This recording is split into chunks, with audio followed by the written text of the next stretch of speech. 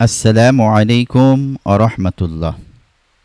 সম্মানিত ভাই বোনেরা, আজকে আমরা জানব নামাজের ভিতরে কিছু নিষিদ্ধ কাজ, যে কাজগুলো আমরা রহরহভাবে করে থাকি, যার কারণে নামাজ আল্লাহর দরবারে পরিপূর্ণ কবুল হয় না।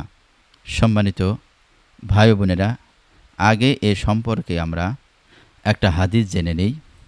আল্লাহর রাসূল সাল্লাল্লাহু আলাইহি ওয়াসাল্লাম বলেন, আমি আদিষ্ট হয়েছি যে আমি 7 অঙ্গ দ্বারা সেজদা করি এবং কাপড় ও চুল না গোটাই। বুখারী, মুসলিম, ইবনে খুজাইমাহ সহিহ হাদিস 782, জামে 1369 নম্বর হাদিস। মুহাদ্দিস আলবানী রহমতুল্লাহ বলেন, এই নিষেধ কেবল নামাজ অবস্থাতেই সীমাবদ্ধ নয়, বরং নামাজের পূর্বেও যদি কেউ তার চুল বা কাপড় গোটায় অতঃপর নামাজে প্রবেশ করে, তাহলে অধিকাংশ ওলামা কেরামদের মতে সে ওই নিষেধ শামিল হবে। আর চুল বেঁধে নামাজ পড়া নিষিদ্ধ হওয়ার হাদিস উক্ত মতকে সমর্থন করে। সিফাতু সালাতিন নবী সাল্লাল্লাহু আলাইহি ওয়াসাল্লাম, আলবানী 143 নম্বর পৃষ্ঠায় এসেছেন।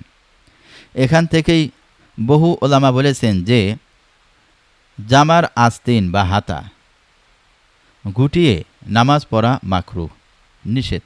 কারণ মহানবী সাল্লাল্লাহু আলাইহি ওয়াসাল্লাম ও তার উম্মত নামাজে কাপড় না গুটাতে আদিষ্ট হয়েছেন। আর জামার হাতা গুটানো কাপড় গোটানোরই শামিল। ইমাম নবী বলেন, ওলামাগণ এ বিষয়ে একমত যে কাপড় বা জামার আস্তিন গুটিয়ে চুল বেঁধে বা পাগুড়ির নিচে গুটিয়ে রেখে নামাজ পড়া নিষিদ্ধ। অবশ্য এই নিষেধের মান হলো মাকরুহ, অর্থাৎ এতে নামাজ নষ্ট হয় না। উক্ত নিষেধের কারণ বর্ণনায় অনেকেই বলেন যে কাপড় গোটানো বা তোলা অহংকারীদের লক্ষণ, তাই তাদের সাদৃশ্য অবলম্বন নিষিদ্ধ। ফাতহুল বারী।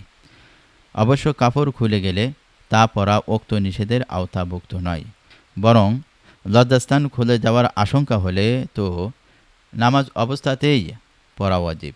অনুরূপ উলঙ্গ নামাজি নামাজের মাঝে যদি কাপড় পায়, তাহলে সেই অবস্থাতেই তার জন্য তা পরা ওয়াজিব। কারণ কাপড় বর্তমান থাকতে লজ্জাস্থান বের করে নামাজ পড়লে নামাজ বাতিল হয়ে যাবে।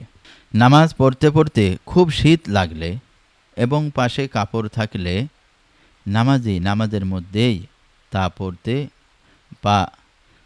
বা গায়ে নিতে পারে, কারণ না পড়লে তার মনোযোগ ব্যাঘাত ঘটবে। সম্মানিত ভাই বোনেরা, আরও আমরা জানি, অনুরূপ খুব গরম লাগলেও অতিরিক্ত ও অপ্রয়োজনীয় কাপড়ে নামাজ অবস্থাতেই সরিয়ে ফেলতে পারে। আল্লাহ তাআলা রব্বুল আলামিন এই নিষেধগুলো কাজ থেকে আমাদের হেফাজত থাকার তৌফিক দান করুক। সঠিকভাবে সহিভাবে সঠিক সময়ে নামাজ আদায় করার তৌফিক দান করুক। আল্লাহুম্মা আমিন। আল্লাহু আ'লাম। যারা চ্যানেলটি সাবস্ক্রাইব করেন নাই, সাবস্ক্রাইব করে দিবেন। সকলের সুস্বাস্থ্য কামনা করে আজকের বারে এখানে বিদায় নিচ্ছি। আসসালামু আলাইকুম ওয়া রাহমাতুল্লাহি ওয়া বারাকাতুহু।